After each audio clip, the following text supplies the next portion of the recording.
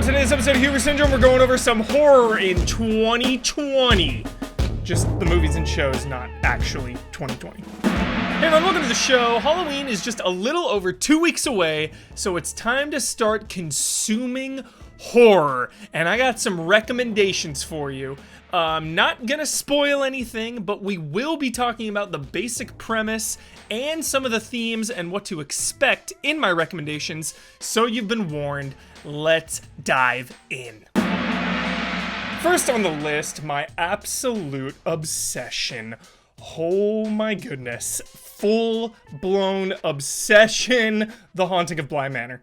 The Haunting of Bly Manor is the follow-up to Haunting of Hill House. If you have not watched either of them, jump in head first. They're available on Netflix. And Bly Manor, I binged in like 3 nights. I did 4 episodes, 3 episodes, and then 2 episodes. It's 9 total, so it is a little bit of a commitment. But it is everything.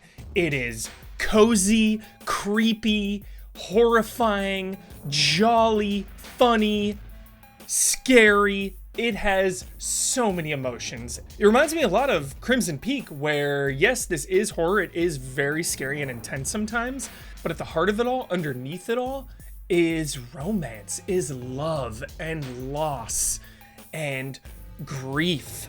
This show is so good. I cannot hype it up enough. I don't want to say too much, but just jump in. Every single episode of the show is a warm blanket, a jacuzzi you just soak into.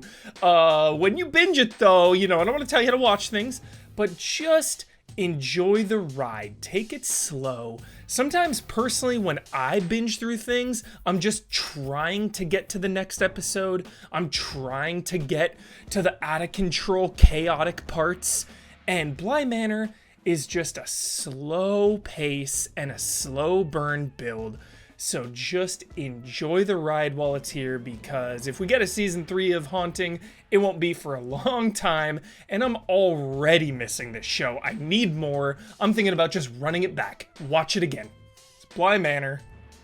Perfectly splendid. Next on the list, a really fun one came out this year, and it is called Host. Not The Host, not Hosts, just Host. This one is on Shudder, and this whole movie runs about 57 minutes. So this entire movie is shorter than some of the episodes in Bly Manor, which is unique. Usually you'll find 90, 80-minute movies or short films, but rarely do I find 1-hour feature films.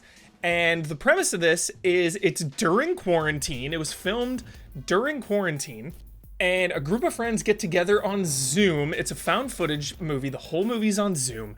And a bunch of friends get together to do an online seance. Yeah, that'll go well. It sounds a little cheesy and it is low budget, but I promise this movie is just a full, concentrated dose of horror right in your veins. It's got a little bit of everything, a little jump scare here, a little gore here, a little slow burning dread here. Really, really solid movie and a fun ride. Definitely one you could watch with a significant other, or even watch it through a Zoom call with your friends. Just a fun ride. Next on the list, so where Bly Manor is just so cozy, and I want to watch millions of episodes at that manor, and I want to be at that manor, and Host, which is a very, very fun ride. Relic, not so fun.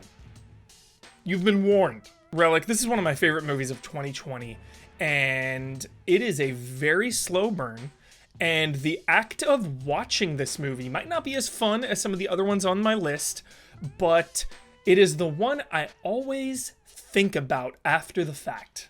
The main character's mother goes missing, so her and her daughter go looking for her. It's hard to talk about Relic without giving it all away, but I will say that it deals with grief and illness, and it is a very slow burn, so definitely be patient when you watch this one. It's definitely good knowing what you're getting into when you see a horror movie. If you're expecting, crazy jump scares or crazy blood and guts, you won't really find that in Relic.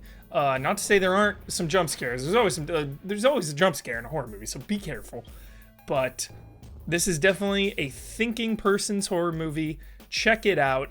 Relic. Just a different kind of haunted house movie. And last but not least, back on Netflix is Alive. Not the Ethan Hawke movie. The Korean zombie movie. Kind of like Host, this is another really, really fun horror movie. I'd say this is the easiest watch out of all the ones on the list. Clocks in at about an hour and 40 minutes. And zombies. I know, you gotta have some zombies during Halloween, though. I know they're played out. But the way this movie does zombies is really cool. It's got some, like, PS1 1998 Raccoon City vibes when these zombies break loose. And it's just about the main character. He's stuck inside of an apartment complex, zombies all around him. He's running out of food. And when this movie was over, I was grateful for my refrigerator. I was grateful for all the food in there. This movie made me starving. Not because the zombies are eating everyone, but because, spoiler alert, our main character can only stay inside for so long before he must venture out and, as he says, farm resources. And it's not a spoiler to say, it's on the cover. There is another survivor that he crosses paths with, and a bond is formed. So I know it's another zombie movie, but it is fun to see zombie movies throughout time, because you go back and you watch something from, the 60s or 70s, and you watch Alive, which is from 2020, and the way technology plays a part in a zombie apocalypse is always changing, and I find that really interesting. So that's it for the episode. Those are some 2020 horror recommendations. We got a little over 2 weeks to go, so start consuming horror now. It's go time. Bly Manor and Alive you can find on Netflix, Host you can find on Shudder, and Relic is a on-demand rental. So check those out. I know there's some other ones that have come out this year that are really good. Quick shout out to The Invisible Man. That's one of my favorites. I'm at Michael P. Huber, and we are Easy Allies. Halloween season is underway, and we'll see you next week.